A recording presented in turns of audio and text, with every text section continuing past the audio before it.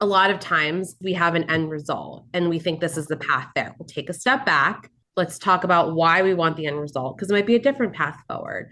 Welcome to the Game of Her Own podcast, a free resource for women who work in the sports and entertainment industry.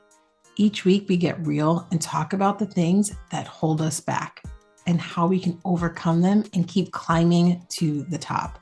And the top is however you define it. We talk about the highs, the lows, and everything in between. Consider this podcast your secret weapon. You will learn from the best in the business and be able to take immediate action with all the advice that you hear. I'm your host, Jahaan Blake, a leadership development coach and consultant. I've worked in sports for 20 years. 15 of those years were spent working for the Red Sox, Dodgers, and the Cubs. After 15 years of working in the front office, I took a leap of faith and I started my own business. Friends, as a Black woman in sports, I know that the industry can take a toll on your confidence and sometimes leave you feeling defeated. Join me each week so I can support you on your journey. I promise you, each week you will feel stronger and more confident than the week before. So let's get started with this week's episode. Today, we are joined by Pam Rappaport. She's the Vice President of Partnerships at 160over90. Pam pulls back the curtain on her climb to executive success. She shares insights, I'm telling you right now, that might just change your perspective on your own career journey. Pam doesn't believe the journey to the top should be easy, and she's going to tell us exactly why. She opens up about managing her inner saboteur, and she shares the magical question that helps her tackle toxic workplace encounters with grace. Plus, Pam shares her quest for the elusive magic answer to doing it all. I know we've all been there. But the real game changer is when Pam discovers how motherhood not only transformed her life, but also supercharged her career in her ability to let things go. All right, Game of Her Own listeners, let's do this. Pam, welcome to the Game of Her Own podcast. I'm so excited that we finally get to do this. Thank you. So excited. I've been looking forward to this for a very long time. Tell us when you first fell in love with sports. I think because I grew up in Pittsburgh, Pennsylvania, to where you kind of have to love all of the sports there. It's so ingrained into the city. Like some of my earliest, fondest memories with my parents are going to Pirate games, watching Steeler games on Sunday, watching golf in the summer. So I just feel like it's always been a part of my life from the beginning, mostly because of the city that I grew up in. Yeah, nice and easy. Like you just, sports is like, this is it. So it'd be weird if you didn't like it. 100%, yes. All right. So tell everybody what you do now and who you do it for. So I work at 160over90, which is part of Endeavor, the very vast network of Endeavor. I am a vice president within our partnerships group. So to like really dumb it down, I lead accounts and help tell brand stories, mainly through sports, but also dabble in culinary, music, entertainment, but just really bringing brand stories to life. All right. So you're an executive, younger executive. Is that fair to say? Sure. Yeah, sure. You like I kind of like. I'll take it. I don't feel super young, but I'll take it. Let me just dance around that and see how she feels. Talk about, I know this is a loaded question, but I mean, there's so many women who are listening to this podcast who want to be executives, who want to be executives in sports or sports adjacent or, you know, working for an agency that works with sports teams. Was it easy to get to the executive level? No, but it also shouldn't be. And I don't think it's any job should be easy to get anywhere. That's kind of like whatever the saying is, like makes it so much sweeter once you get there. But also, I can say this now, looking back a bit, that all of the challenges and hardships, there was a reason and there was a learning, whether it was right then and there or probably years later. It's like life, it's a journey. And I mean, I'm still on my journey and continuing. So I feel like we talk about mindset all the time. Thinking about it like that is the way that I would like to think about it. Talk about your journey a little bit. Was it like, what made it, I don't know if difficult's the right word, challenging. But challenging, not easy. I don't want to say that, but I just did. So like talk about what that like looked like and like maybe some of the harder moments in your career. Gosh, where do I begin? I think number one, being a female in sports, especially back in the day. I started my career out at CBS Sports in production, which at the time was very predominantly male heavy, if you will. And whether it was like dealing with unconscious bias or comments or anything, or just even just my own, shit, if you will, feeling insecure in a room full of guys talking about football. That was just challenging, especially as a young woman. I've experienced toxic bosses, I've experienced toxic colleagues and people, and hard, dare I say, toxic clients sometimes as well. Mm. Hard projects where I have imposter syndrome still to this day, where I'm like, how the heck am I going to do this? But you kind of just figure it out and you keep going through. And again, like my confidence back as a 22-year-old right out of college, and now as a 38 going on 39-year-old woman, is definitely very different for many different reasons. So that's also kind of played into I'm sure there's challenges that I'm going through today with my career that if it was Pam back in, 22-year-old Pam, I'd freak out. Now it's like, that guy's an asshole or this client's difficult. And we can just figure it out instead of like shutting Mm. down and just freaking out over it. Yeah. So there's a lot of growth between when you first started and then your journey to being executive, things that used to rattle you and knock you off your course. They still might bother you, but they don't knock you off your course. Is that fair to say? 100%. Yes. Talk about your own insecurities. So talking, and I've been thinking a lot about this, and I don't know if it's the same for you, but you said sitting in a room, full of men working and talking about football, but you didn't talk about them and how they were reacting to you. You said how you felt, and like that was your own issue, not theirs. Gosh, insecurities, where do I begin? I could write a book. I feel like we all can. And if someone says they don't have them, then they're lying.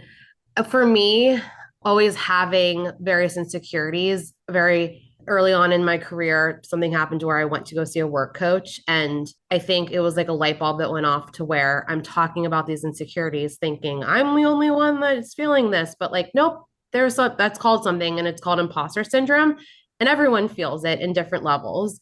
Or, there's something called, at least my coach was talking about something called a saboteur, which is like this little person that sits on your shoulder that like is giving you all the negative thoughts.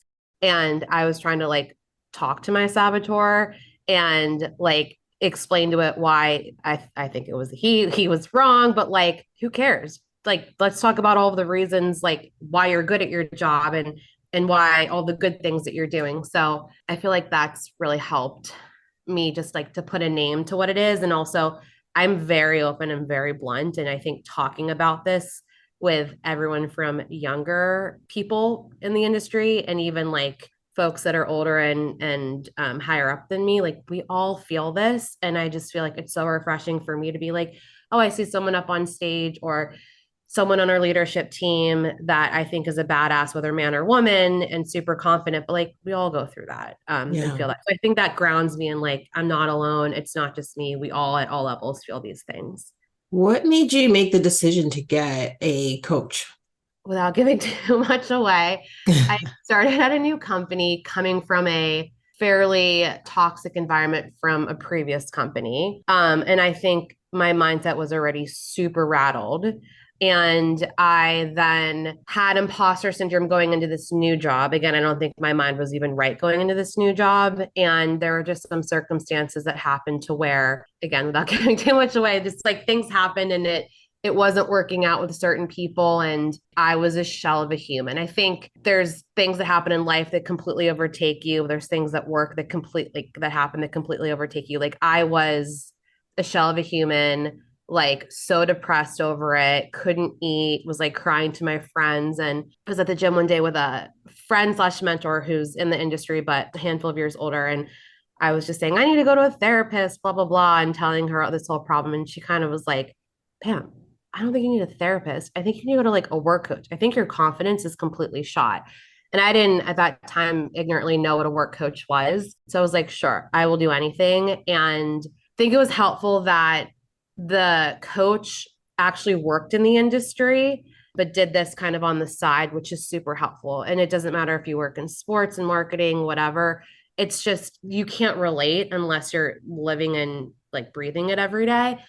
And we did it remotely. She was actually based in London at the time. And it was just nice to like talk things out with her. And it was like the best tool I've ever gotten, I think, in my career, honestly.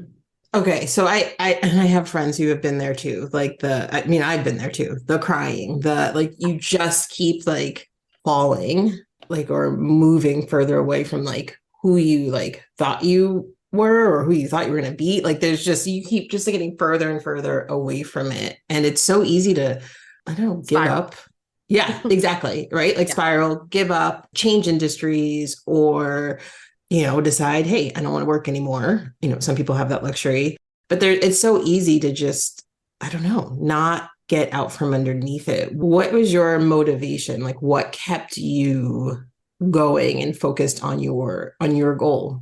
I think the easy out would have been looking for a different job, but I kind of didn't really see any other options. It was like, we have to make this work and fix this. Like, I don't belong in any other industry. I have to fight this out. I need to put my big girl pants on and just figure it out because things don't get easier. They get harder and more challenging. And I'm also like not a victim. I'm whatever the opposite of a victim is. Like I try to fix, I try to tackle. Like, yes, we can have our moments where we need a minute to freak out and complain, but like the nature of who I am is very much like, let's figure it out and move past it. I just didn't know, I didn't have the tools of how to move past it in the right way, which I mean, now I say I do, but we all still have those situations. But I'm better equipped to handle those situations when I go through them. Exactly. Like you can manage it. You can manage it better. You know how to attack it. Okay, so talk about the saboteur on your shoulder. Did you name him? I did not name him. He's just like a little gremlin. Is that like what it's called in the industry, is saboteur, or is this just what this person? Hopefully, that's what it's called. No, I think I mean, I've called it that. Okay, Other people have called it, their inner mean girl. Like there's 1,000 different names, but all the same, like the fall in same that same kind of category. theory. Hmm. Yeah, no, it's just like this little gremlin monster that sits on my shoulder. I didn't name it. I didn't want to name it because I didn't want to Hmm. give it more credit than it needed to have. I just like it's there. It looks like a monster, like a gremlin from the 1980s, like scary movies. And I shouldn't feed into it because it's literally a joke and Yeah. it's made of nothing. I'm thinking if I'm listening to this right now and I'm like, oh, yes, Pam, I know exactly what you mean. I have one of those right now and it's driving me nuts. Like, what are some of the things you do to keep that gremlin from becoming life size? It kind of depends on the situation. A lot of times I'm not feeding into it to where I'm telling it that it's wrong based on that situation. I'm more taking a step back and like going over all of the amazing shit that I've done in my career and how also good of a person I am, because it's also not just about your career, it's how good of a person you are. And I have a great family. You just kind of like going a little bit more back and just like, it's not just all about your career, it's about who you are as a person, all the positive, great things going on in your life, which is helpful. And it also like makes it not all about work a little bit. And then this is kind of less about the saboteur, more about the situation. Like if it's a specific person, whether it's, a hard boss, a toxic coworker, I also take a step back and it doesn't justify the behavior of it, but I also try to like the psychology of like, why is this person doing this? Because a lot of times it's not you. It could be any person in the situation. It's their own shit that they're projecting on you that you take personally. We all do it. And I Hmm. kind of like take a step back and look at that person like, what's going on in their life? Do they have a sick parent? Are they unhappy in their career? There's so many things. And then I'm like, oh, it's not about me. I'll keep doing the good work that I'm doing. They can, again, there's situations where you have to get out of the toxic situation, but Hmm. that's kind of how I play to it. But then you also, on the flip side, have to be self aware enough to where you know that it's not you. And that's really hard. And I think a lot of people don't have self-awareness too. So it's kind of like a lot of those types of things. But I always take a step back and look at it a little differently, if that makes sense. Yeah. Yeah, that totally makes sense. And it's like you have this magic question that you ask yourself when dealing with a toxic coworker, colleague, boss, client, whatever. Like, okay, what's going on in their life? Why are they being Yeah. like this? Yeah. Like, and I feel like you figure out what role you play too. Like, Well, is this me or is this them? Like, so it's like taking a step back. Okay, like, am I doing this? What am I doing wrong? Oh, wait. Nothing. You know what I mean? Like I've spoken to them respectfully. I've kept them in the loop on this project. You know what I mean? Like I met their expectations from what they told me they wanted. Okay, I'm doing everything right. This person might be having a bad week, bad month, bad year, who knows? Yeah, But something's going on and I'm not taking this personal. Is that right? 100%. Yeah, Yeah, that's hard. That takes practice to it does. do.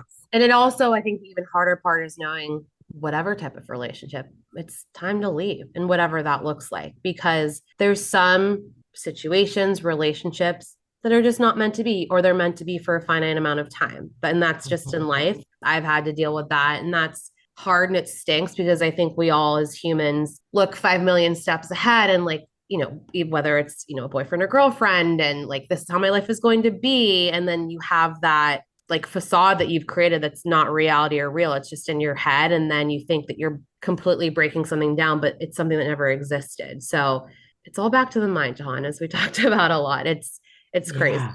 Yeah, I love that. Like something that you created something that didn't Like a utopian exist. place that's not real. So like you're mourning something that like never really happened. Sorry, I feel like I'm in therapy right now. I'm like, yes, Can you tell yes. I've read a lot of books and this is how I deal with life, whether work or life. I need to like have this philosophical, psychological stuff in my head to like make things make sense to me.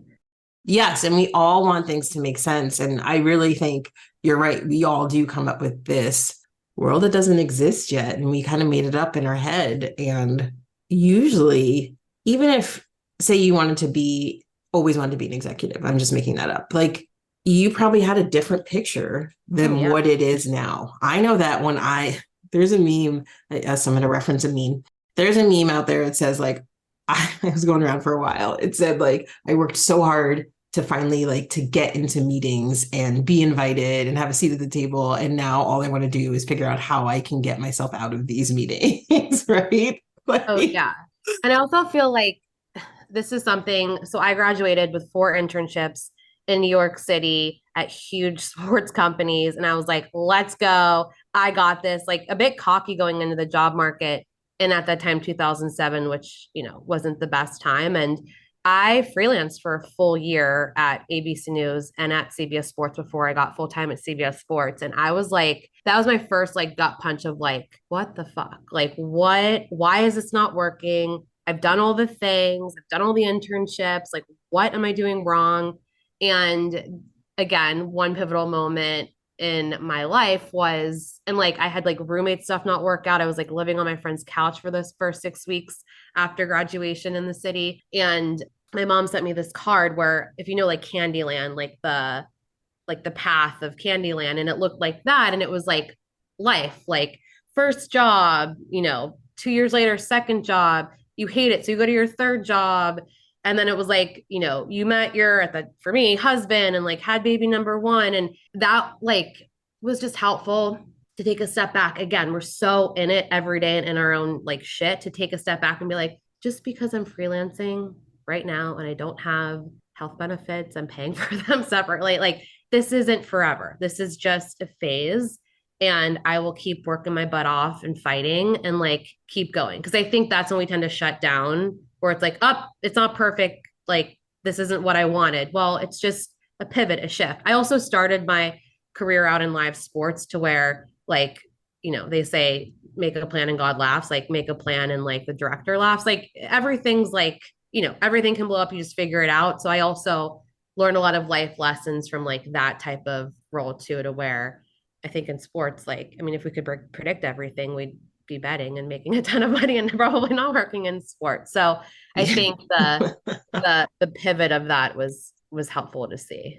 yeah, I feel like you just said so much, and like I feel like I'm like, wait, whew, we all like I need to like absorb all that. Like, yes, that all makes sense. And so when you take that step back, it's almost, I said this to colleagues yesterday. I was like, sometimes I was like, I've slowed down. I have to slow down in order to speed up. Like, I have to Oh, slow down and prioritize, and like I'm working on too many different things. And like, yes, I can do it all, but I can't do it all well. So I have to look at it all. And then like I took a long break from like the podcast this summer because I was working on something else. I was like, I can't give my heart to both of these things. So I'm just gonna, it's perfect timing. It's the first day of summer. We're gonna take a break and step back and then be able to, and I'm still walking. But come January, we'll be running again. And I'm okay with that. But that was hard to do. Yeah, I mean, that's a whole other layer of this because I'm a working mom and I feel like that speaks to me very deeply. But my team, I say this so much, I feel like they want to kill me. I always literally say, hold on, we need to take a step back. I say it to clients too, because a lot of times clients or even, us, we have an end result and we think this is the path there. We'll take a step back. Let's talk about why we want the end result because it might be a different path forward. And again, I'm so guilty of this. I get so stressed and spiral, like I need to, or look at my to-do list and then things are pinging on my Teams and my email and I'm like having a nervous breakdown. I just say, hold on, stop. Any human can only do one thing at a time. Take a step back. Let's prioritize, organize, and then it is what it is. I can only go as fast as my brain works. Yes. So now that's exactly right. It's as fast as my brain works. Yeah. There's some days where my brain is just like, I can't even keep up. Like, I'm just like, oh my God. And then other days I'm like, well, this is all we got. Yeah. For me, there's less guilt because it's just me. But when I used to work for a team, I'd be like, I feel like I owe them money today. I didn't do a damn thing. But like, and I felt guilt around it. But then I'm like, what? I gave you so much like yesterday. And that's why. Like, I had to like figure out how, speaking of getting a therapist, like I had to figure out like, oh, right, I should be kind to myself. Okay. Like before it became trendy to say, give yourself grace, my therapist is like, you got to give yourself some grace. Like, no, totally. Like you're good. You're good at what you do. Some of the toughest conversations we have are the ones that we have with ourselves. We can convince ourselves to believe stories that we don't even know are true. What's crazy is we allow that story to take a toll on our confidence. Have you been there before? I know that I have. We get in our heads. We beat ourselves up. Here's some tough love. Nobody's got time for that. We are high achieving women who have big career goals. We don't have time to get in our own way. And I am here to support you with my new one-on-one coaching program, Step Into Your Power and Own Your Career. My clients have told me that when we work together, I've helped them get out of their own way, regain their confidence, learn how to manage their emotion and mindset. They've told me that they've been able to get their voice back and use it with confidence. The most important thing, they've told me that we've identified the obstacle that was getting in their way. If you want to learn more about this program, scroll down in the show notes, click on the link that says Step Into Your Power and Own Your Career. You can set up time to chat with me and we can figure out if this is the right program for what you need. All right, let's get back to the episode. Okay, working mom. I mean, you brought it up, so let's just talk about it. Like you live in New York, in New York City, like you're an executive. It's fast paced. Am I allowed to tell people you're expecting? Yes, I have a baby boy in my belly. There we go. So, I mean, talking about mind shift, like and we were talking before we pressed record, we were talking about mind shift and we were talking about the reality of like working and having a personal life. Like it's not easy. So how did you tackle that shift in your life? I feel like I was always the person when there were panels. I was part of WISE and a lot of like women's groups before I had my first child. And I was always like the psycho person in the audience, like raising their hand and being like, what's the secret sauce of doing it all? Thinking that someone was going to either give me a magic pill or like a magic book of like, this is exactly how you do it and everything's great. And obviously I never got the answer I wanted. And then I had my daughter during COVID, which was like obviously a whole other X factor of this. And yeah, I was like, obviously super excited about that, but also terrified. Like, how the heck am I going to do this? Like, I'm still growing in my career. Oh my God, oh my God, oh my God. And all I can say is that going through that experience, and again, could be, if you're having a kid or there's a big life change going on, I think hopefully it like applies to all of those things. But the minute that I had her and then went through, when I say went through the 4 months of maternity leave, beautiful moments, but very, very tough moments, and not just like the not sleeping, but just, I mean, we could do a whole other podcast on that. But coming out of that experience, for whatever the reason, my confidence in life grew so much because I just went through COVID, getting pregnant, having a baby during COVID, and all of that, to where I think that confidence mixed with probably exhaustion, I kind of just stopped caring as much going in then into my job.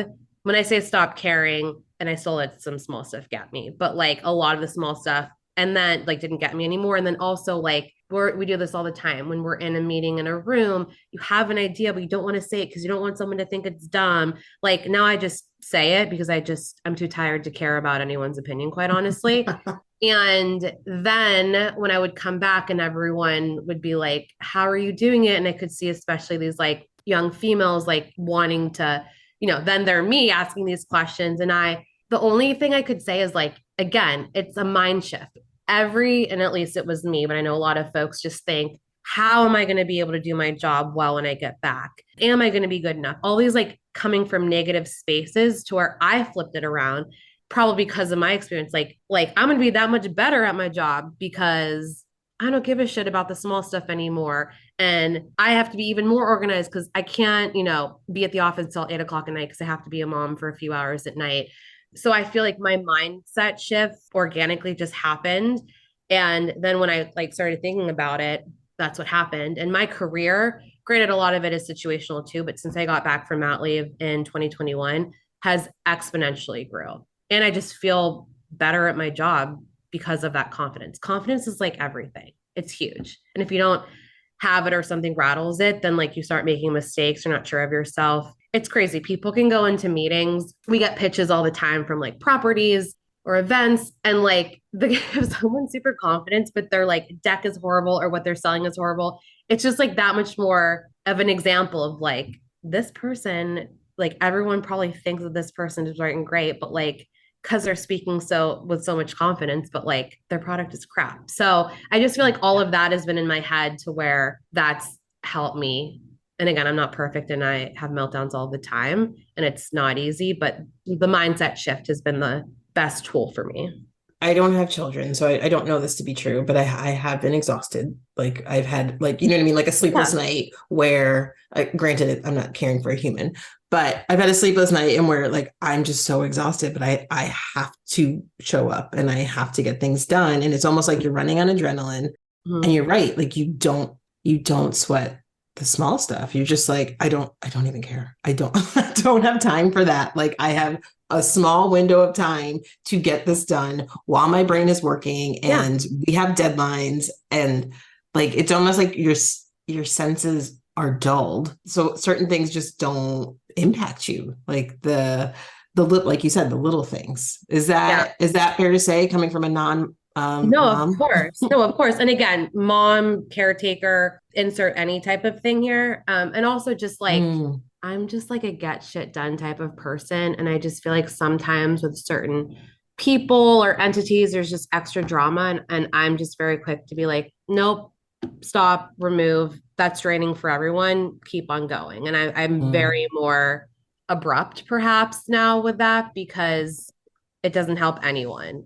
I mean, we can sit here and complain and obviously like figure out a problem, but like all of that extra, quite honestly, toxic is draining for everyone. That's even before you start even doing the work. So again, not a perfect science, but that's why. Yeah, you're right though. That energy, like you feel it.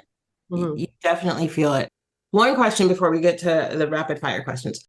So you lead a team, and I mean, you have this, I mean, such a fantastic, clear like outlook on how to do things, and like you're realistic, right? Like we don't have all the answers and we're going to figure it out as we go along. Right. And I'm about to have another child and you know what I mean? Like we'll figure it out. But how do you pass that sort of your philosophy onto your team and to help them? Because like you said, I'm sure there's people looking at you like, okay, you look like you have it all together and you're doing it all. How do you do it? Give me the secret sauce. I mean, again, I think it's very personality based for me. I am who I am. I wear my heart on my sleeve. I cannot lie. And I think that to a point, for sure, my team is very aware of everything, even probably some stuff I probably shouldn't tell them. Like, I think the bigger picture is helpful for them. And then also, like, I mean, maybe relating it to Instagram, like these people that are putting up these perfect lives and like it's hard for you to relate to them. You know, we get off a call and I'm like, that person was being an asshole, but this is how we'll figure it out. Or like, that person's unrealistic, or that person needs to stop complaining. I'm just very vocal about it. Or it's like, there was a big project that I did a couple months ago that I was very terrified to do. And I like had major, I don't even want to say imposter syndrome. I was like, how the heck am I going to get this done? We got it done. The client loved it. Everything was great. But I thought it was like kind of healthy to be like, yeah, I'm a little scared and nervous. Well, but like I'm also a cheerleader and we'll figure it out and we got this. And like nothing's easy, nothing's on a silver platter. So I think it's like a little bit of reality and then a little bit more of like LFG, we can do this, cheerleader mentality, coach mentality. I just feel like I'm very human and hopefully like the people on my team react to that well. Yeah. So taking them along for the ride, Yeah. just being like, hey, like, do you share that when like so you get off the call with the client, you've promised to deliver something, you know you can deliver it, right? That's the confidence. But you're also like, shit, how are we going to deliver it? Are you transparent with your team on that too, that you don't have all the answers? Yeah, I was with Mhm. this, but I also was like, but the answers exist and we'll figure it out. And this agency is capable to figure it out. But yeah, I did share that. And I think it was healthy because even though, I mean, I wasn't a leader that was like falling apart, like, oh my God, I'm so nervous and giving everyone more anxiety. It was more of like a realist of like, we don't have all the answers, by the way. Not every project you do, but that's a great part of our agency. Someone in this agency does, and we'll figure it out. And we did. I think back to so many managers that I worked for, and if they had said that, the level of anxiety I would have to be perfect would have just come down like exponentially. Like, do you know what I mean? Just knowing that, like, okay, my manager, the leadership knows that, like, oh, we don't have the answers. We have to come up with it and we can do it because this is what we do as an agency. Like, we're all going to figure it out. So, like, knowing that the person who's above my pay grade also doesn't know what the answer is like almost calming in a way. Like, oh shit, she doesn't know either. Oh, let me help her. You know what I Yeah. mean? Like, let me like figure it out. And I'm okay. Like, I may not be embarrassed to raise my hand and come up with an idea because no one has the answer. So we're just trying to figure it out. And there's some sense of like, I don't know, like calm, comfort, like Comfort and when, also like camaraderie and like we're doing this together, hold my hand, we'll figure this out, which I think Mhm. is also helpful. Yeah, I agree. All right. Is there anything before we go to rapid fire questions? I always like to ask this. Is there anything that you want to share, you want to talk about and I haven't asked you the right question? I feel like we've like done a full circle of a lot of things. I think just the thing is like think of people as Instagram. No one has it together. Everyone has good days. Everyone has bad days. No one's perfect. Perfection is not real and it's a journey and you just figure it out. I feel like that's the realness that everyone should take. Yes, well said. I'm not going to say anything. I don't want to ruin that moment. Well said. All right. Are you ready for rapid fire? Yes. I don't know why I ask people because like you guys don't have a choice. And I like, don't even know what to expect. So let's go. yeah, let's do it. All right. So first thing that comes to your mind, what's your favorite sports moment? I mean, probably for me, I was privileged enough to go to the Rio 26 Olympic Games for, at the time, General Electric and sitting front row opening ceremonies with all the athletes and all the countries. That was like the epitome of why I love sports and bringing people together. So, I mean, I could say like Steelers winning the Super Bowls, of course, all of that stuff is great, but like that is like to the core, like the human bringing people together was like a huge moment, I think, for me. Mm. What is something people always get wrong about you? I don't know because I feel like I'm pretty real. Maybe sometimes that they don't actually, I don't know. I feel like I'm pretty real. Everyone pretty much knows who I am. All right. Before you had that breakthrough, I feel like you weren't, right? Like there's a time when you like felt Yeah, like you needed to have it I all think just together. yeah, I mean, I just think like now, like people thinking like if there's a challenge that like I won't fight back, but like I'm Hmm. scrappy and I will. So I don't know if Yeah. that's the right answer, but Yeah. I get that feeling. All right. What's one food you don't want to give up? probably pretzels. I feel like there's more than one there's lots of foods I wouldn't want to give up, but probably pretzels. Yeah. I mean, food in general, I wouldn't want to give Yeah, up. yeah, just So food yeah. period. All right. Are you a morning or night person? Definitely a morning person, but that's because of my circumstances now, probably in my age. My circumstances. I don't have a choice. Just if you guys didn't catch that, she's talking about children. Yeah. And that I'm old and I can't stay up too late because I just get too tired the next day. Okay, what products would you stockpile if you found out they weren't going to sell it anymore?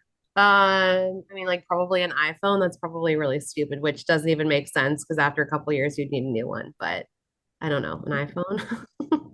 So you live on your phone. Got it. Yes. Helps me for the next one. What's your favorite app? Favorite app or app I use often? I would say Uber for sure. And probably all the streaming services that I watch on my phone, whether it be Peacock or Max or whatnot. I'm a big streamer on my phone.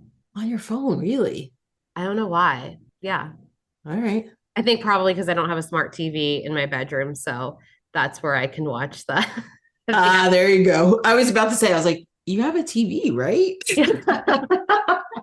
I mean, some people, like I know this one guy, he didn't, him and his wife, no TVs.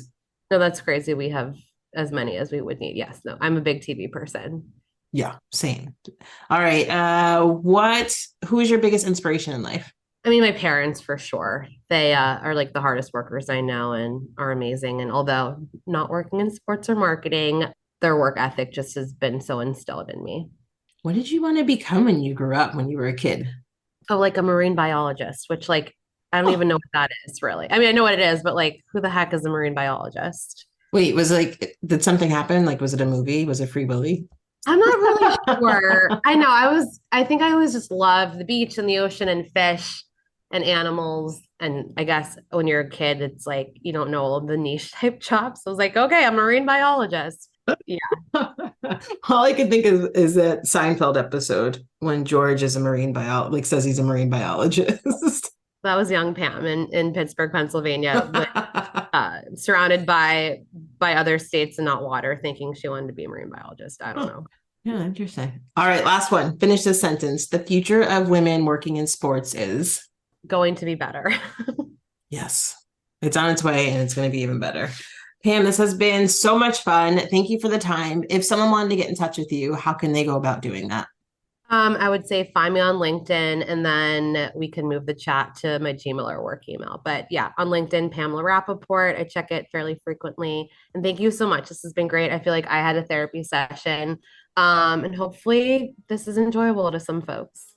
Yes, I think it'll be very, very helpful. And Feelings Mutual definitely felt like a little therapeutic today for sure. Awesome. Thank you so much, Jahaan. So what did you think of this episode? Do you know another woman who works or is aspiring to work in sports? Would you do me a favor and share this with them? It would mean so much if together we could support and inspire other women on their journey. And let's stay connected. I love meeting and talking to new people. Follow me on Instagram at Jahaan Blake and join the free Game of Her Own community by visiting jahaanblake.com. I can't wait to meet you.